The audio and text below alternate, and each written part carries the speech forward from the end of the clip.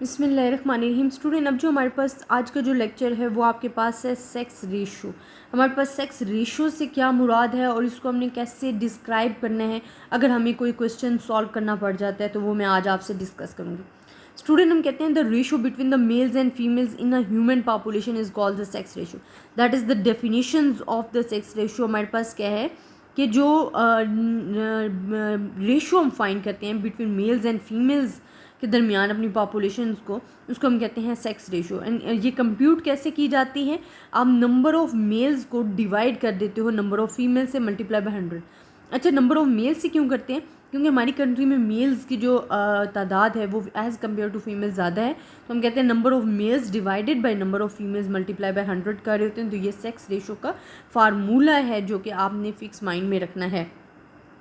आपके पास क्या होता है वाइट स्टैटिस्टिक्स में, क्योंकि आप पॉपुलेशंस को डिस्कस कर रहे होते हो, तो अगर आप फीमेल्स या मेल्स को अलग अलग ले रहे हो, जैसे कि ये आपको एक एग्जांपल भी गिवन है, यहाँ आपको मेल्स भी गिवन है, फीमेल्स भी गिवन है। अगर हमने सेक्स रेशो मालूम करनी है तो आपने क्या करना है, नंबर ऑफ़ मेल्स को डिवाइड कर देना है नंबर ऑफ़ फीमेल्स में, तो वो आपके पास आ जाती है जी सेक्स रेशो। ठीक है, जो आप रेशो फाइंड करोगे मल्टीप्लाई बाय 100 भी करना है, क्योंकि आप रेशोज़ फाइंड कर रहे हो तो आपने उसको मल्टीप्लाई करना है। अगर हम इसी फार्मूले को डिस्कस करते हैं, हम कहते हैं it is computed by dividing the number of males in a population by the number of females in the same population and the result is expressed in percentage। और फार्मूला भी यही चीज़ हमें शो कर रहा है कि हम नंबर ऑफ़ मेल्स को डिवाइड करें नंबर ऑफ़ फीमेल्स को, और आप आंसर को शो कर रहे हो इन द परसेंटेज में। That is called the sex ratio. Definitions हैं एंड फार्मूला है।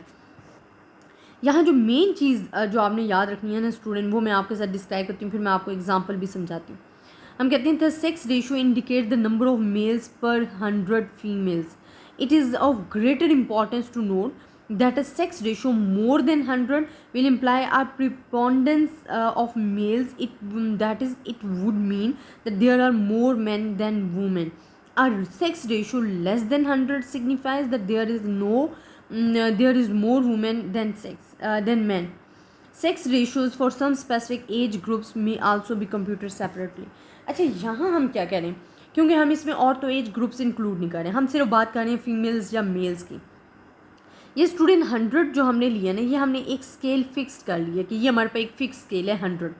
अगर हम कहते हैं हमारा जो आंसर है, अगर हमने ये फार्मूले में रेशो फाइंड किया और रेशो में हमारा आंसर जो है वो 100 से अबव आ रहा है, इट्स मीन आपके पास जो आंसर आ रहा है वो 100 से अबव आ रहा है। 100 से अबव का क्या मतलब है कि जो आपके मेल्स हैं वो फीमेल्स के साथ अगर कंपेयर किए जाते हैं तो मेल्स ज़्यादा हैं एज़ कंपेयर टू फीमेल्स, अगर आपका आंसर 100 से अबव आ रहा है। फॉर एग्ज़ाम्पल, अगर आपका आंसर आपने सॉल्व किया है, रेशो फाइंड किया और आपका आंसर जो है वो लेस देन 100 आ रहा है, इट्स मीन कि अब फीमेल ज़्यादा है एज़ कंपेयर टू मेल्स। कि जब आपका लेस देन आएगा आंसर, इट्स मीन कि अब फीमेल ज़्यादा हैं अगर आप मेल्स के साथ कंपेयर करें। अगर ग्रेटर देन 100 आ रहा है तो फिर मेल ज़्यादा है एज़ कंपेयर टू फीमेल। और अगर आपका आंसर फुल 100 आ गया, it's mean you have the stable situation, जहाँ आपके पास स्टेबल सिचुएशंस है, जहाँ males and females both are the equal positions हैं, तो वो हमारे पास आ जाती है स्टेबल पोजीशन, जहाँ आपके पास कोई भी लेस देन या मोर देन वाली सिचुएशंस नहीं होती हैं। तो ये हमारे पास एक तरह का स्केल है। आपने जब सेक्स रेशो का फार्मूला अप्लाई करना है और आंसर नोट करना है, अगर वो आपके पास 100 से ग्रेटर आ रहा है तो आप यही रिजल्ट कंक्लूड करोगे कि आपके पास जो मेल्स हैं वो फीमेल से ज़्यादा हैं। लेकिन अगर वो लेस देन आ रहा है तो फिर आप ये बताओगे जो फीमेल्स हैं वो मेल्स की निस्बत ज़्यादा हैं, और अगर 100 की इक्वल आ रहा है तो आप कह सकते हो स्टेबल है। अभी आपको एक एग्जाम्पल गिवन है, वो कहते हैं calculate the sex ratio by the age of the 1961 census population of the West Pakistan, exam your result critically. अब हमने अपने जो रिजल्ट्स फाइंड करना है उनको क्रिटिकली डिस्क्राइब करना है कि हमारे पास क्या आंसर आ रहे हैं। फार्मूला आपको बेसिकली पता है कि आपके पास क्या है, number of mails divide by number of female multiply by 100।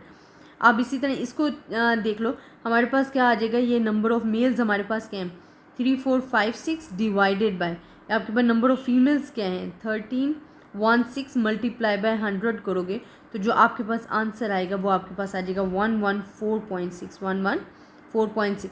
इसी तरह आप तमाम सिचुएशन ये सब के लिए अप्लाई करोगे, आपके पास ये आंसर आता जाएगा।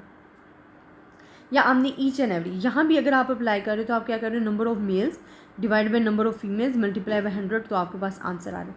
अब हमने जो 6 रेशोज़ के ये आंसर फाइंड किए ना तमाम, इनका आपने क्या करना है, टोटल फाइंड करना है।